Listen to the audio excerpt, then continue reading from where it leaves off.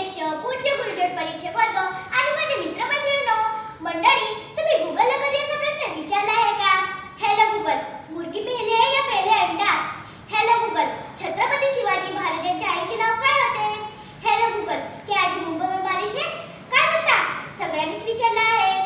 हो, बदलणाऱ्या काळासोबत नवीन आयुधे, नवीन सामग्री, नवीन तंत्रज्ञान यांचा आधार आपल्याला घ्यावाच लागतो. ते अपरिहार्यच आहे. मंडळी, इतकेच काय, जर तुम्ही अलेक्सा मुंबईत आज हवामान कसे आहे असे विचारले तर ती हवामानाचा अंदाज सांगेल.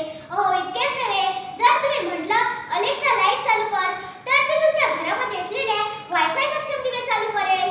मंडळी, अलेक्सा तुमच्या बोलण्यावर प्रक्रिया करण्यासाठी आणि प्रतिसाद देण्यासाठी मशीन लर्निंग आणि AI यांसारख्या तंत्रज्ञानाचा वापर करते. अहो, तुम्ही तुमचा आवाज वापरून तुमचा टीव्ही चालू किंवा बंद करू शकता, चॅनलही बदलू शकता. इतकेच नव्हे तर आवाज नियंत्रित करू शकता.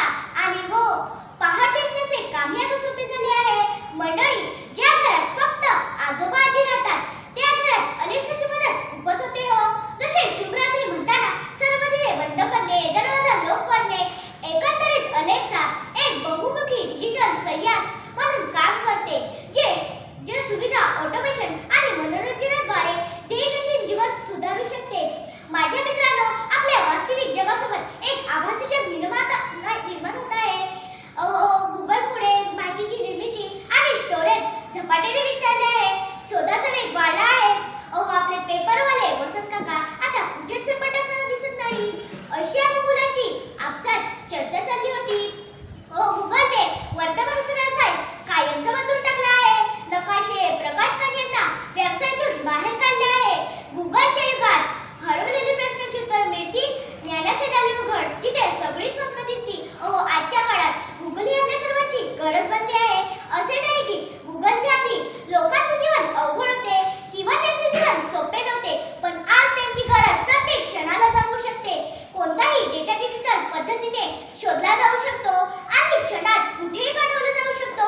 इतकेच नव्हे तर बँकिंग, इंटरनेट बँकिंग, कोणतीही गोष्ट गोळा करणे हे सर्व गुगलमुळे. पण सावधान, देखणी आपल्याला माहितीच्या अशी होण्याची वेळ येऊ शकते.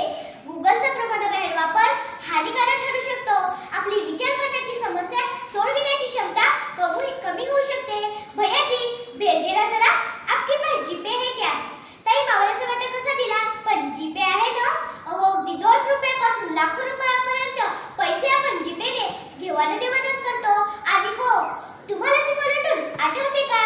बरोबर, मिस्टर अमिताभ बच्चन यांची देश में हर दिन 6000 से भी अधिक लोग साइबर अपराधियों के हाथों करोड़ों रुपए गवा देते हैं.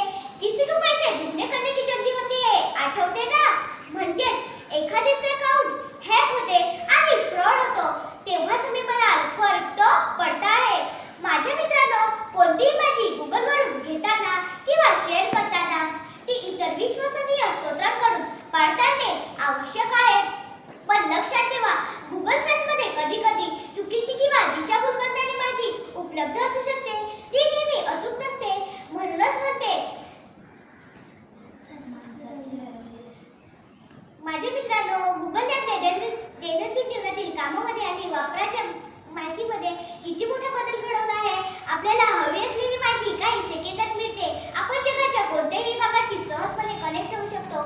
आणि हो, तंत्रज्ञानामुळे अनेक नवीन व्यवसाय आणि नोकऱ्या निर्माण झाल्या आहेत. हे आपल्याला विसरता येणार नाही.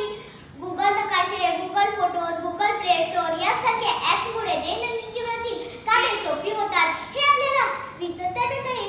गुगलने आपल्या जगभरातील माहिती आपल्या बोटाच्या टोकावर उपलब्ध झाली आहे, ज्यामुळे शिक्षण, व्यवसाय आणि वैयक्तिक जीवनात खूप मोठे बदल झाले आहे.